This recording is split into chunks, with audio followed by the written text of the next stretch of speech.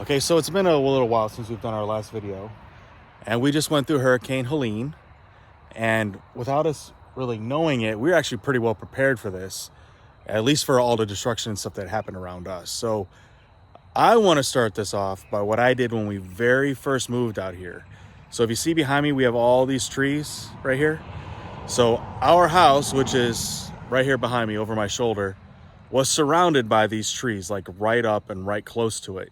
But this right here, this happened during the hurricane, and we didn't know, but this happened at night when we were sleeping, and that tree came down right there. And then if you look right here behind me, we have another one that's leaning. So that could have potentially been right next to our house. But what I did when we first bought this property is I cut down around 20 trees that were right around the house, and I'm going to show you exactly where those were. If you look here right behind us, you see all these stumps. Every one of these was a large pine tree that was right up against our house. And had the winds come through here with those trees, we most likely would have had one right on top of our house, and that would have been really, really rough. So I think the reason why when we first took this property, or when we first moved here, why we decided to take those trees down was because we have actually lived through or gone through a couple natural disasters in the past. So our mindset was always, or already there, that we needed to be prepared in case that there was another one. So right away when I first saw these trees here, I was first thinking about the wind and knocking them down and falling on our house. And it was all came down to a safety issue. It wasn't about like aesthetics, like how the house looked. The house looked a lot better with the trees around it. Yeah, I really was like, oh, I love how the porch looks with all the pretty pine trees. It's like a tree house. And he's like, no, those trees have to go. Yep. Because if we don't take those trees down, we are going to be sorry. And I am so glad that I caved and listened to him and agreed. And we had those trees taken down within the first 2 weeks of living here. Yep. So it was really a safety thing. It wasn't anything about how the house looked. It was like, we need to get down for our safety, take those trees, get them out of here, and we are so glad that we did. We've actually been through 3 natural disasters. When we lived in San Diego, California, we had the Cedar Fire of 2003, and we were not in an evacuation zone, but we were told to shelter in place. So what I really learned from that Cedar Fire was I went to Qualcomm Stadium and I helped assisting the people that had actually evacuated from their homes. And I saw these people there that just literally were like scared out of their mind. They didn't know what was going on. They were passing out water, they were passing out food, and just like the unknown, just it was something to see. And I was really young at the time. I was there with a couple of my coworkers, and we're just like, oh my gosh, like this is really, really tragic. So that was the first time I had ever seen anything like that. And being in the military, I've been trained to what to do in different like situations and kind of think outside the box and improvise. But that was the first time that I'd actually seen something like that. So when we moved to Millington, Tennessee, we definitely were, it was kind of like in the back of our mind a little bit, but we never would have thought that where we were living, when we lived there, that we'd actually have the natural disaster happen to us that happened there. Because we had a flood. But that was a big surprise. We didn't realize that at the time we were living in base housing, and it was almost like we were living inside of a soup bowl. And there was a huge rainstorm the night before, and literally the dam was like right behind our house, and it broke, allowing all the water to come into the base. And we were literally flushed out of our home almost instantly. It was so fast. I remember Charlie was studying for his nursing boards, and he was in a room that didn't have any windows, and I was in the kitchen and I was looking out the window, and all of a sudden I saw in our street where you would usually see the road, I saw white caps from waves. That is how fast the rain turned into just like a rushing river in our street. So I went and I grabbed him and I said, Charlie, you have to look out the window right now. And he came into the kitchen, he looked out the window and he yelled, get in the car.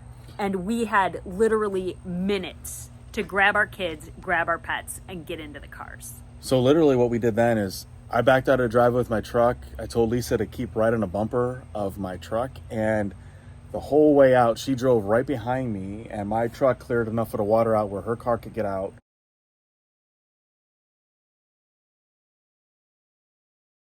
And we went to our friend's house, and honestly, the only thing that really saved us through that situation was the fact we got out of there. Like, we evacuated. We didn't hang around. There was families that stayed around and like watched the water come up and just didn't know what to do, and they lost their cars. They lost literally everything. At least we got out with our lives, our cars, our pets, and we grabbed some clothes on the way out the door. Like, literally, I went through the garbage bag and went into drawers and just grabbed stuff, and we threw it in the back of our Explorer, and we were out of there.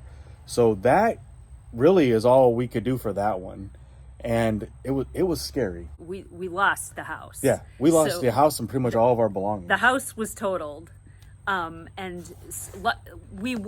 This happened to the entire base, so it certainly wasn't just us. I had this overwhelming sense of gratitude that we were okay, and that we got the kids out and we were safe. This is the Facebook post that I made that night, and the pictures that I took of the boys to let everybody know that we were okay and evacuated. So what we've learned from going through the flood is to always have certain things that are very valuable to us in a place where we can grab them really quickly so that we can get out really fast. So it's just like another sense of organization, and we will always get flood insurance no matter where we live, because that place was not in a flood zone either, and the flash flood just completely came in and just shook things up, and it happened so incredibly fast.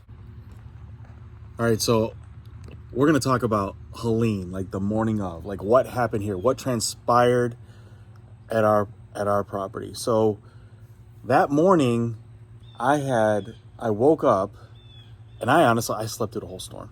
I was about to say, what transpired is I was up freaking out because we lost power, and I knew there was a blackout because it was pitch black outside, and I was just waiting for some semblance of dusk so I could see what was going on, and the first thing that I saw was that tree down. Yep. And I woke up, and what I remember was Lisa telling me that she had started making me coffee, and the coffee maker stopped because electricity went out.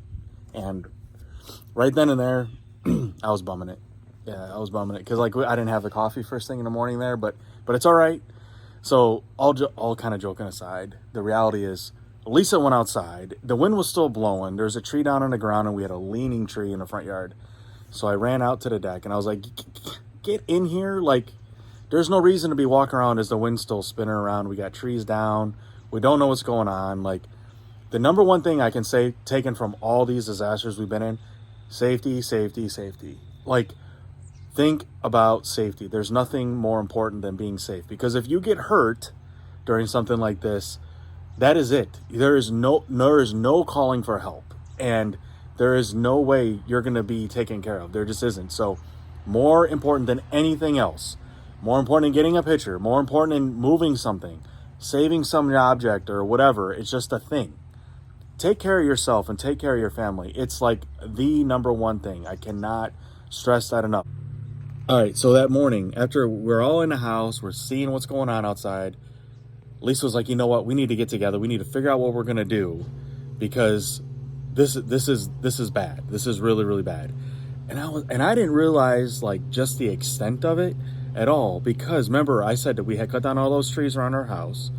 I only saw the one down, and I was like, and I had no idea at the time when I went to bed that night, the hurricane wasn't supposed to be coming toward us. Like, no, it changed at the last minute. And because of that, we took like a direct hit in this area. So trees were down all over the place, and I did not know that. So literally, time had passed, the winds had died down. We all went outside to kind of survey the damage, see what was going on. And our property here in our homestead, we didn't really have that bad of damage. We had a couple shingles down. We had a piece of siding off the house. Like, we weren't in that bad of shape. So first thing I did is I drove the pasture to make sure there weren't any trees down on the fence. And there weren't, fortunately, but we did have some trees that were uprooted in the pasture that didn't even make sense. Like, they were smaller trees that I didn't even think would be affected by winds, but they were. And then as I'm looking outside on our main road, there was a huge tree down, and it was across the power line. And when I saw that, I knew that this had to been fairly significant. So I went out and I got my tractor and I cut that tree up and I just pushed it aside so traffic could get through. And the reason why I did that was I was thinking ambulances, fire trucks, something like that need to get through on our road here. And I didn't go anywhere else. I didn't realize the extent of the damage. I didn't realize up and down our road, massive trees were down across the road where nobody could get through. And that was where it kind of just kept getting kind of worse and worse and worse. So we're here at the house gathering our thoughts, thinking what we're going to do. Lisa's talking about like, hey, we've got this, we've got that. I was mainly concerned because we had a freezer full of pasture-raised chicken, pasture-raised pork, and then all of the venison that Charlie has hunted. So I just wanted to make sure, like, I knew that our first priority was to figure out a way to keep our freezers cold. And so I knew we needed to get the generator going probably by the end of the evening so we didn't lose all of our food. So this is where it gets kind of bad for us. This is where I wasn't prepared like how I should have been. And I should have been paying more attention to the weather. And I wasn't doing that either. So this is my fail in this whole big thing. So I pulled a generator out, never used it before, never had gas in it before, which is totally fine. That's how you should store them. I move it out, I get all the extension cords out, and I go to grab the gas cans, and they are empty. All three of them are empty. And I'm like, oh boy, what are we going to do? So our son Landon was here, and he was like, you know what, Dad, let's just go siphon all the gas. So I was like, you know what, you're right. So Landon came up with the idea because we were working on a car, and we recently siphoned all the gas out of the old gas tank. So he's like, let's just go siphon the gas. So we went and siphoned the gas out of one of the four-wheelers, out of the pressure washer, out of the lawnmower, and we had enough gas by doing that to get us through the first day with the generator. And we were doing good. So we had the freezers hooked up, the refrigerators hooked up. We're doing good. We're sitting in the apartment, just kind of gathering our thoughts. And then we made another mistake. And this is something that we should not have done. We felt that we needed to get more gas just in case this goes on for a long time.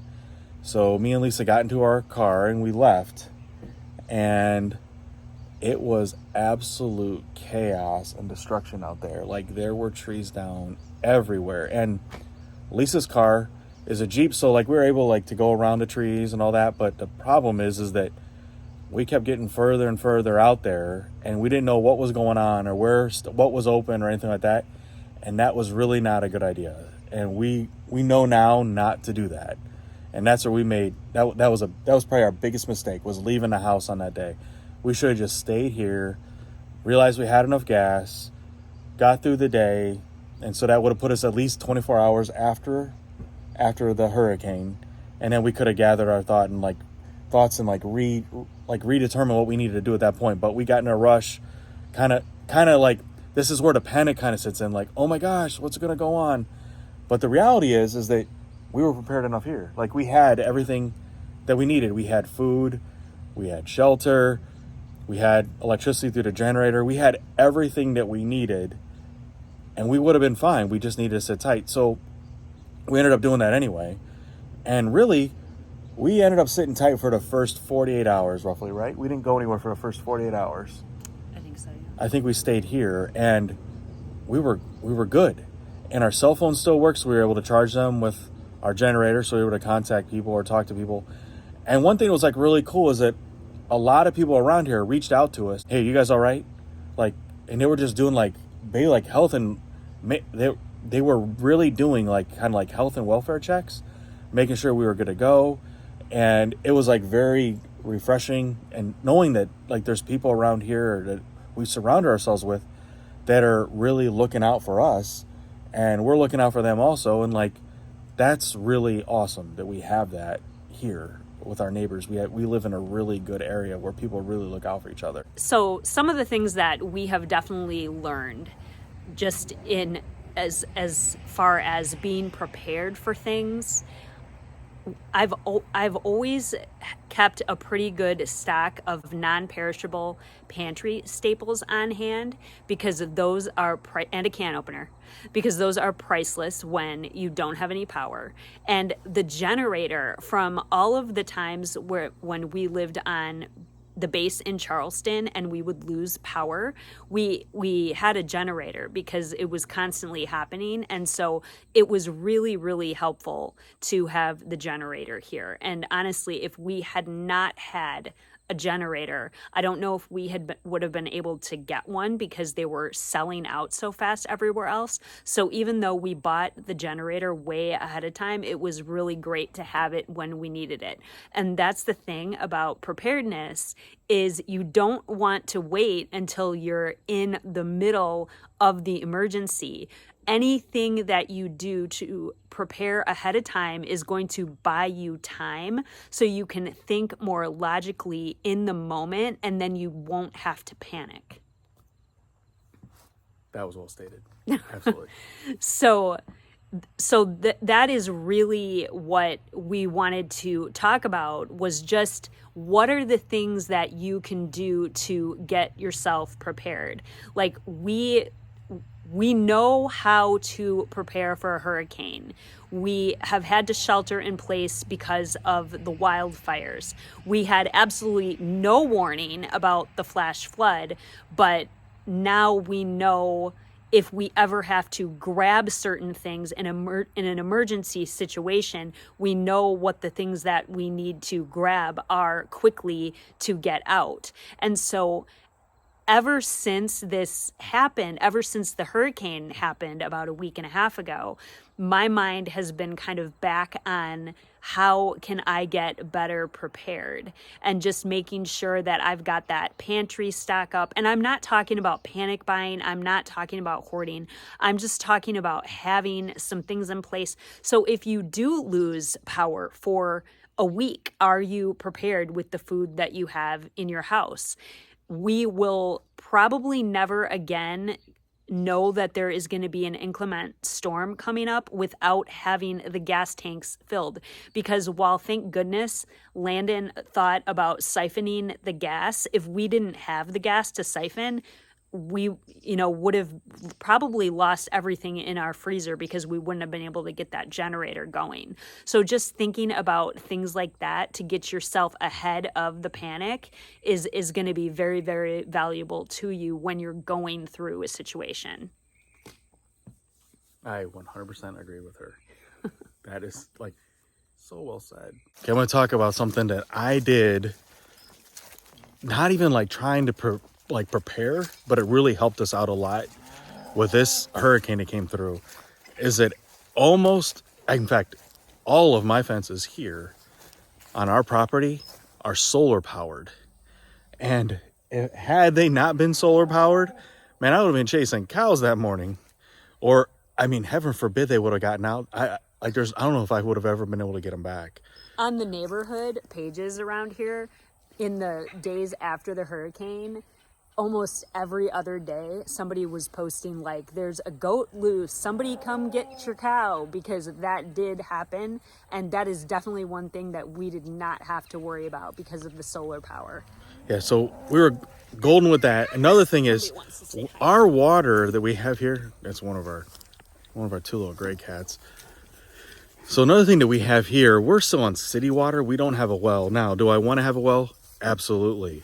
But because we were on city water, we never lost water at all. So for our animals, we were always able to give them water, which was a blessing in disguise, because literally it was never an issue at all. Because I know a lot of people that had wells, they had a hard time getting those going. And I talked to a friend of mine, they had to do some fancy wiring to get their well to work. So that wasn't something I had to worry about. But what that did do, because I did have the city water, it bought me some time. I didn't have to spend time trying to figure out the water situation. I could dedicate it to other stuff that I had going on around here, making sure that everything was safe, making sure that we had power, making sure everything was going on like that. So I didn't have to waste time on that thing. So in closing, I just want to say that it's always good to be prepared. And yeah, there you are. It's so awesome to have electricity back. Like, love it. But in all honesty, in closing, I just want to say most important things. Always, always, always make sure you are safe in everything you do. And just be prepared. Pay attention to what's going on. Be aware of your surroundings. Watch the news, watch the weather, like know what's going on. So if you're prepared, if you're ready, it'll stop that initial panic for the first day or so to get you through it, and everything will be just fine. Thank you.